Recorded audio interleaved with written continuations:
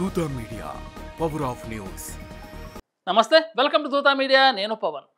ఇప్పుడు తెలంగాణలో ఎక్కడ చూసినా తీన్మార్ మల్లన్న పేరు బాగా వినిపిస్తుంది. మల్లన్న అసలు పేరు చింతపండు నవీన్ కుమార్. తెలంగాణ రాజకీయ రంగంలో జర్నలిజంలో ఒక చెరగని ముద్ర వేసుకుని తనకంటూ ఒక గుర్తింపును తెచ్చుకున్నాడు. 1982 జనవరి 17న యాదాద్రి భువనగిరి జిల్లా తుర్కపల్లి మండలంలోని మాదాపూర్ గ్రామంలో సామాన్య రైతు కుటుంబంలో పుట్టాడు. తండ్రి చింతపండు భాగయ్య రైతు, తల్లి జానమ్మ గృహిణి. పేదరికం, విద్యా అవకాశాల కొరత మధ్య పెరిగిన మల్లన్న మనసు ఎప్పుడు సామాజిక న్యాయం, రాజకీయ మార్పు వైపు ఉండేది. గ్రామీణ పాఠశాలలో చిన్నపాటి చదువు, ఆ తర్వాత హైదరాబాద్లో ఉస్మానియా యూనివర్సిటీలో ఎంఏ పొలిటికల్ సైన్స్, 2009లో జేఎన్టీయూలో ఎంబీఏ. ఈ చదువులతో తన జీవితానికి బలమైన పునాది వేసుకున్నాడు. కానీ డిగ్రీలతో ఆగిపోకుండా సమాజంలో మార్పు తీసుకొచ్చే ఆలోచనలతో జర్నలిజంలోకి దూకాడు. జర్నలిజం మల్లన్నకు కేవలం వృత్తి కాదు, అదొక పోరాట స్ఫూర్తి. ఎన్టీవీ, ఐ న్యూస్లో జూనియర్ జర్నలిస్టుగా మొదలై రాజకీయ సమస్యలు, సామాజిక అన్యాయాలపై నిర్భీతంగా రిపోర్టింగ్ చేశాడు. కానీ 2012లో V6 న్యూస్లో తీన్మార్తో రాష్ట్రమంతా గుండెలో గూడు కట్టుకున్నాడు. రాజకీయ నాయకులు, అవినీతి, సమాజంలోని అసమానతలపై హాస్యం, వ్యంగ్యంతో కొడుతూ ఆ షో టీఆర్పీ రేటింగ్లో టాప్కు చేరింది. మల్లన్న వ్యాఖ్యలు రాజకీయ నాయకుల గుండెల్లో గుణపాలే దిగాయి. 10 టీవీలో కొంతకాలం పనిచేసిన తర్వాత 2018లో క్యూ న్యూస్ యూట్యూబ్ ఛానల్తో స్వతంత్ర జర్నలిస్ట్గా మారాడు. బీసీ హక్కులు, అవినీతిపై అతని వీడియోలు మిలియన్ల మంది సబ్స్క్రైబర్లను ఆకర్షించాయి. బెస్ట్ పొలిటికల్ యాంకర్ అవార్డు అందుకున్న మల్లన్న తెలంగాణ యువతకు ఒక ఐకాన్గా నిలిచాడు. అక్కడితో ఆగకుండా రాజకీయాల్లో ప్రవేశించాడు. అయితే రాజకీయ రంగంలో మల్లన్న ప్రయాణం ఒడిదుడుకులతో నిండింది.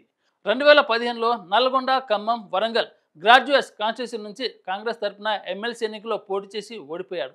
2019లో హుజూర్ నగర్ శాసనసభ ఉప ఎన్నికలో స్వతంత్ర అభ్యర్థిగా నిలిచి మళ్ళీ ఓటమి చవిచూశాడు. కానీ అతను ఆత్మవిశ్వాసాన్ని కోల్పోలేదు. 2021లో మళ్ళీ అదే కాన్స్టిట్యూన్సీలో కాంగ్రెస్ నుంచి పోటీ చేసి ఘన విజయం సాధించాడు. తెలంగాణ శాసనమండలి సభ్యుడిగా ఎన్నికయ్యాడు. కాంగ్రెస్లో బీసీలకు న్యాయం, సామాజిక హక్కులు, రాష్ట్ర అభివృద్ధి కోసం గట్టిగా గొంతు ఊపాడు. కానీ అతని నిర్భీత వ్యాఖ్యలు వివాదాలకు దారితీశాయి. 2024 ఆగస్టులో బీసీ రిజర్వేషన్లు అమలు చేయకపోతే భూకంపం సృష్టిస్తానని హెచ్చరించాడు. 2025 ఫిబ్రవరిలో మిర్యాలగూడలో బీసీ గర్జన సభలో కాంగ్రెస్ నేతలపై చేసిన విమర్శలు అతని పార్టీ నుంచి సస్పెన్షన్కు గురి చేశాయి. జూలై 2025లో బీఆర్ఎస్ నేత కవితపై సంచలన వ్యాఖ్యలు చేశాడు. ఆ తర్వాత అతని కార్యాలయంపై కవిత అభిమానులు దాడి చేశారు. ఈ వివాదాలు మల్లన్నను కాంగ్రెస్ నుంచి బయటకు నెట్టాయి. కానీ అతని ఆత్మస్థైర్యం మాత్రం అణిగిపోలేదు. సెప్టెంబర్ 17, 2025న హైదరాబాద్లోని తాజ్ కృష్ణ హోటల్లో ఒక కార్యక్రమం నిర్వహించారు. ఈ కార్యక్రమంలో మల్లన్న తన కొత్త రాజకీయ పార్టీని ప్రకటించాడు. తెలంగాణ రాజ్యాధికార పార్టీ అని పేరు పెట్టాడు. ఈ కార్యక్రమంలో మల్లన్న మాట్లాడుతూ, కాంగ్రెస్లో ఉండి బీసీల గొంతుకును బలపరచడం కష్టం. స్వతంత్ర పార్టీతో తెలంగాణలో సామాజిక న్యాయం, అఖిలపక్ష సమాజాల హక్కులు, రాష్ట్ర అభివృద్ధి కోసం పోరాడతాం అని గట్టిగా చెప్పాడు. రాష్ట్ర వ్యాప్తంగా కార్యకర్తలను సమీకరించి రాబోయే ఎన్నికల్లో బరిలోకి దిగుతామని ప్రకటించాడు. ఈ ఈవెంట్లో బీసీ నాయకులు, సామాజిక కార్యకర్తలు భారీగా పాల్గొన్నారు.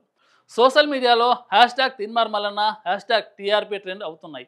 రాజకీయ విశ్లేషకులు ఈ పార్టీ తెలంగాణలో కొత్త ఒరవడిని సృష్టిస్తుందని, బీసీ ఓటర్లను ఆకర్షించే అవకాశం ఉందని అంచనా వేస్తున్నారు. వ్యక్తిగత జీవితంలో మల్లన్న ఒక సామాన్యుడు. 2010లో కొండాపురంలో మాతమ్మను పెళ్లి చేసుకున్నాడు. వారికి ఒక కుమారుడు, కుమార్తె. కుటుంబం అతని పోరాట జీవితంలో అండగా నిలిచింది. సామాజిక న్యాయం, బీసీల ఉద్ధరణ అతని జీవిత లక్ష్యం. జర్నలిజంలో అవార్డులు, రాజకీయాల్లో విజయాలు, ఓటములను కలిపి చూస్తే మల్లన్న జీవితం ఒక సినిమా కథలా సాగుతుంది. గ్రామీణ బాలుడి నుంచి టీవీ స్టార్, ఎమ్మెల్సీ, ఇప్పుడు సొంత పార్టీ అధ్యక్షుడు. ఈ ప్రయాణం యువతకు స్ఫూర్తి. టీఆర్పీతో తెలంగాణ రాజకీయాల్లో ఎలాంటి సంచలనం సృష్టిస్తాడో రాబోయే రోజులు చెప్పనున్నాయి. For more updates please subscribe Dootha media.